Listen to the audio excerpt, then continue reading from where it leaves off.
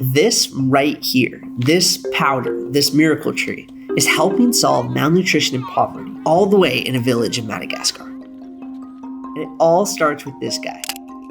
Yeah, so these little leaves can change lives. This is Andreas, and over the last 4 years, he's been working to educate and empower locals in Madagascar to solve one of the most devastating issues facing this nation: malnutrition. This is Mission Explains, the Moringa Project. This has the potential to change a nation.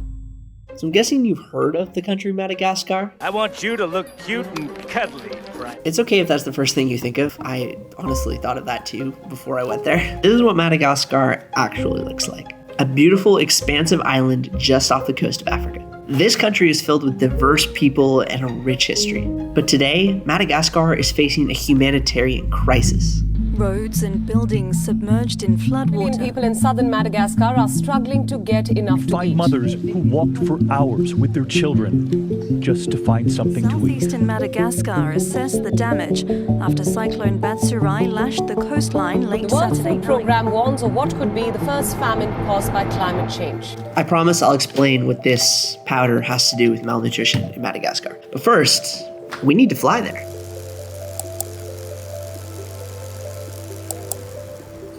Andreas is a Norwegian missionary, and he flew with us all the way here to Madagascar.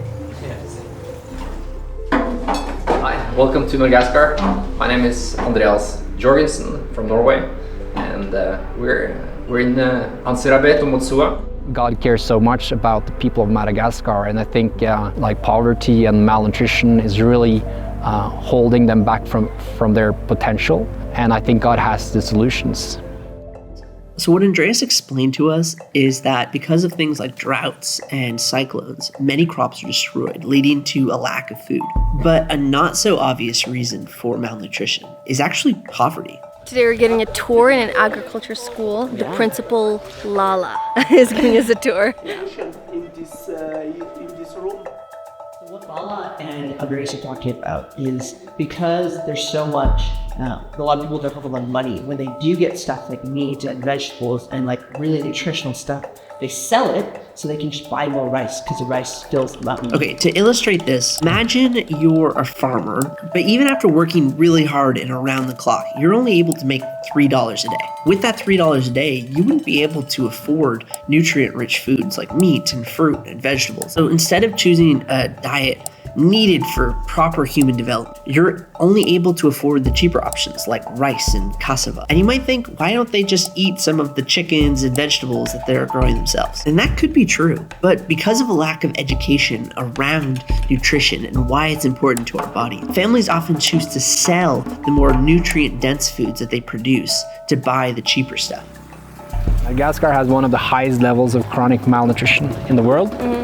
And it really affects the whole nation. I believe malnutrition is keeping the nation in poverty. Half of the children, they're chronically malnourished, and 20%, like 1 out of 5, they're malnourished to a degree where they get stunted. So like their skeleton doesn't grow, they get cognitively set back, and a lot of people, they'll suffer. If you can do something with chronic malnutrition, then you can break like cycles of poverty.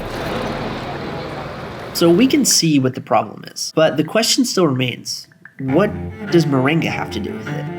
Yes, this is a moringa seed. It has the most nutrient-dense green leaf known to man. It has a nutritional profile like nothing else. Today we got to tour a facility where they actually make the moringa and grow the trees and make oil and powder. A lot of protein, all the essential amino acids, a lot of vitamins and minerals. It has omega-3 fatty acids. In India, they say there's 300 different diseases you can cure with moringa. Probably so much more. Yeah, it's pretty amazing, yeah. I'm gonna make moringa smoothie now. You can like barely taste it. It's not bad. We have a country facing malnutrition, and we have this tree that can provide all the nutrients that they need, moringa, this powder. And we think that moringa will grow really well in the climate of Madagascar, but we don't yet know if it will grow. People have done this research before. We need to do the research in a Malagasy setting, and so we get confidence here. You see, we know a lot about moringa, but we don't yet know how moringa will react in the context of Madagascar, which is what these schools are trying to figure out, including this one with the baby chicks running around. So adorable. Andreas and the school are growing these seedlings to distribute to villages to see if it will grow in their local climate and context. This right here is a moringa tree. That was such a National Geographic move. This right here. We have discovered the plant of moringa. And part of what we're doing here is following up with one of those villages that Andreas worked with last season to plant moringa. We need to see if the trees are growing. We are going to a village like 3 hours away, and we're gonna see how moringa has been implemented and how people are using it and how it's been going.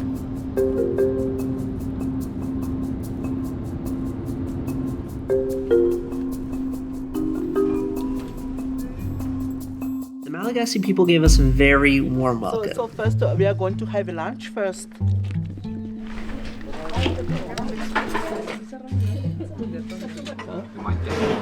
Is this the pastor's house? And then we started checking on the trees.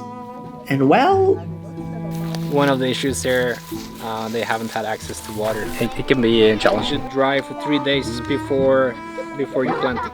You know, coming into a place you're like expecting, oh my gosh, they're going to be thriving, but they're not. The trees are not thriving. They're trying. They're still trying. Planted in holes, they've probably drowned, and some have probably not had enough water to thrive. as you can see, we were pretty discouraged. We'd come all the way to this village to see these moringa trees and to film them, and they looked like this. That is until John Mark came to us with some very good news. They have bigger moringa trees. They do. Can I take you there? Yeah. You chose to lead us, but do you even know where we're going? Right down the hill from the village was a fully grown moringa tree that had been planted some time ago. Moringa.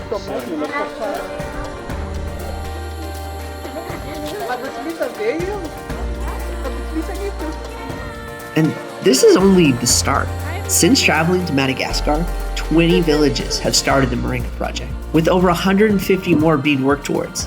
It's crazy to think that this project and the villages and the school all came from an idea that God gave Andreas. As we felt the Lord was encouraging us to take a step in faith, we saw the need. That God had a solution in his heart for this injustice of malnutrition.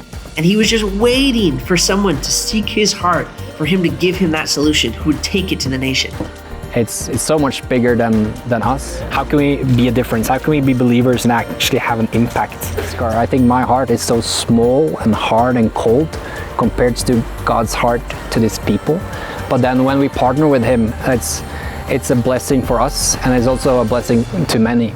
It just makes me wonder, what other solutions that God might have in his heart for injustices going on all around the world?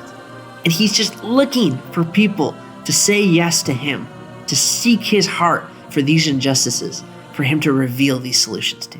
And who knows, maybe we'll be making a video about you one day. If you like this video, be sure to check out this project. It's all about Trinity, who grew up in the slums and is now a tech entrepreneur who's empowering young people to get them out of poverty. It's pretty good. You should go watch that one.